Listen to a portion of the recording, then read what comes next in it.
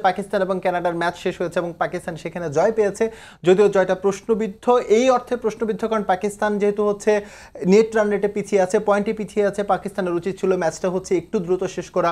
আমরা দেখতে পাচ্ছি পাকিস্তান কানাডার 106 রান চেস করতে গিয়ে পাকিস্তান 17 ওভার 3 বল পর্যন্ত ম্যাচটা টেনে নিয়ে গিয়েছে। ডট বল খেলেছে তারা 39টি, 4 মেরেছে মাত্র 3টি এবং 6 হয়েছে মাত্র 2টি। এই জায়গায় কি পাকিস্তান আরও পিছিয়ে গেল কিনা? অফকোর্স, কারণ তারা নিজেরা কোথায় দাঁড়িয়ে আছে তারা কিন্তু সেটা খুব ভালোভাবেই জানেন, এবং এইখান থেকে কানাডার মতো দলের সাথে তারা জিতবে এটা ধরেই নেওয়া যায় প্রথম থেকে, বিকজ কানাডা কিন্তু আন্ডারডগ পাকিস্তানের সামনে।